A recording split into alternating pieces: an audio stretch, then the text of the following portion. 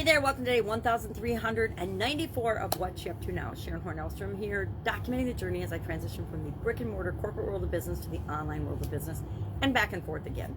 Today, we're going to see Santa Claus, so I am super duper excited. Going with my granddaughters this afternoon to see Santa Claus.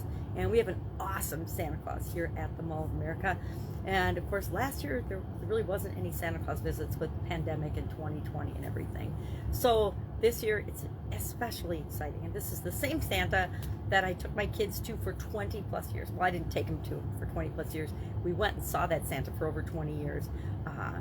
As little kids, I took them, but then as they got bigger, they would go because they knew that it was fun for the family, and I loved the pictures of them with Santa. I remember the year that we got divorced and they went, just the two of them, and it made me so happy to see those adorable pictures with this fantastic Santa Claus.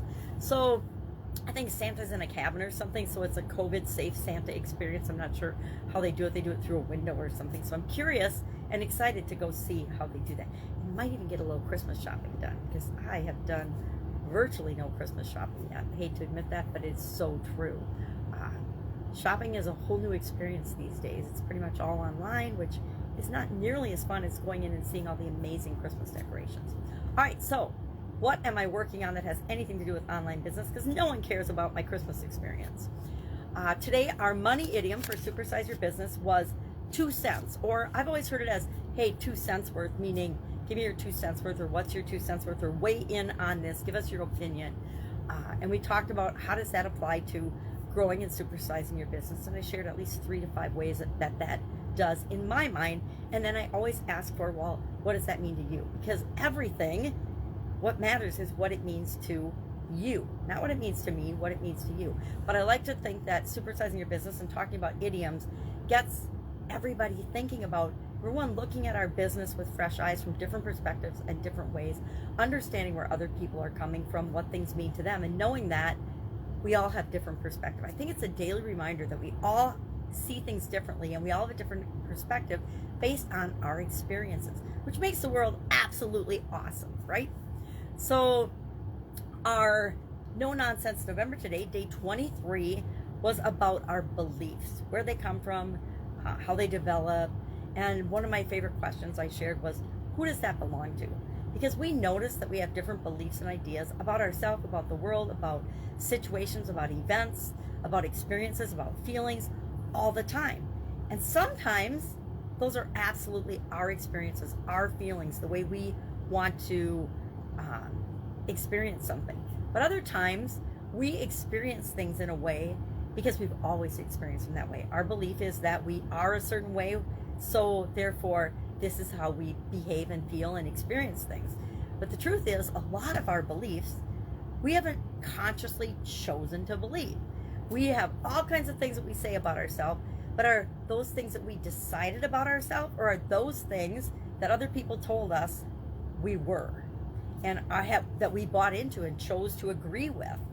All of our beliefs are things that we chose to agree with, whether we like them or not, whether we believe them or not, whether they're true or not.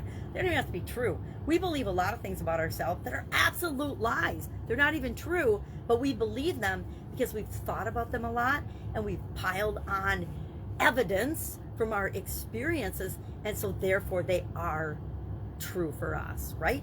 But as adults, the cool thing is we can look at any belief, any thought, any feeling that we have, and we can say, is that true right this second? Is this true for me all the time?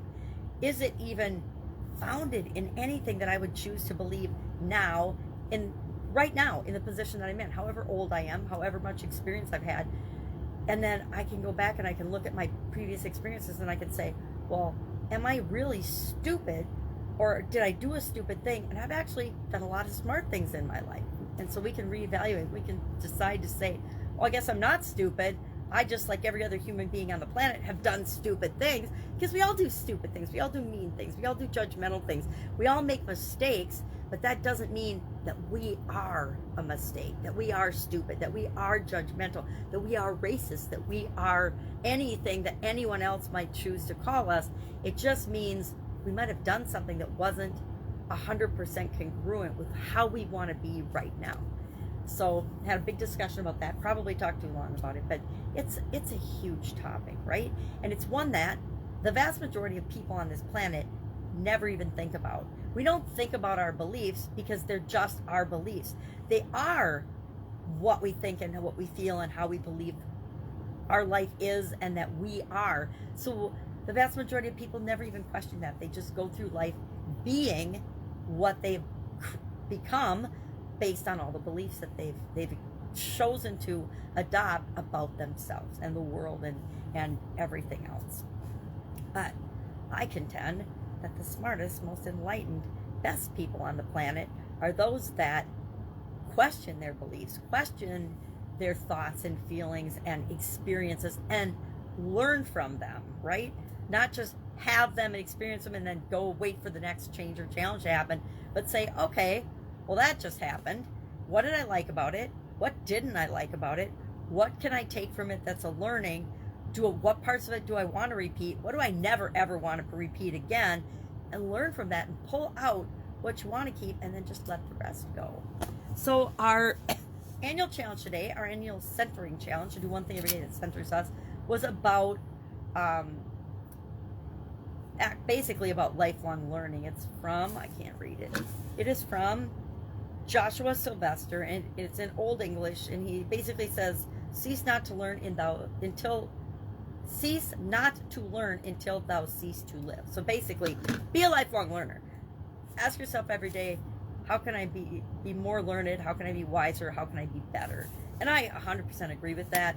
Every day, not in every way, but even in some small way every day, how can I be better than I was yesterday? How can I be a better person than I was yesterday? And if we do that, if we were to all do that, think of how cool the place would be, or the place would be. Think of how cool the planet would be if all of us were just living every day to be a better version of ourselves, better than we were yesterday. Not 1,000 times better, just a little bit incrementally better in some way every day. So those were our pieces of content today. Again, I'm going to see Santa, so I want to pop through, get my work done today, do my calls, do the things I need to do and I've committed to do, so I can, and I already have freed up my schedule to go see Santa this afternoon. All right, any questions, ask. I'm always here. If I don't know the answer, I guarantee I can hook you up with somebody that does. Anything with respect to online, offline business, marketing, sales, promotion, I guess any of the key components of business, and supersizing and growing your business, of course. All right, have an awesome day. Be with you tomorrow. Bye.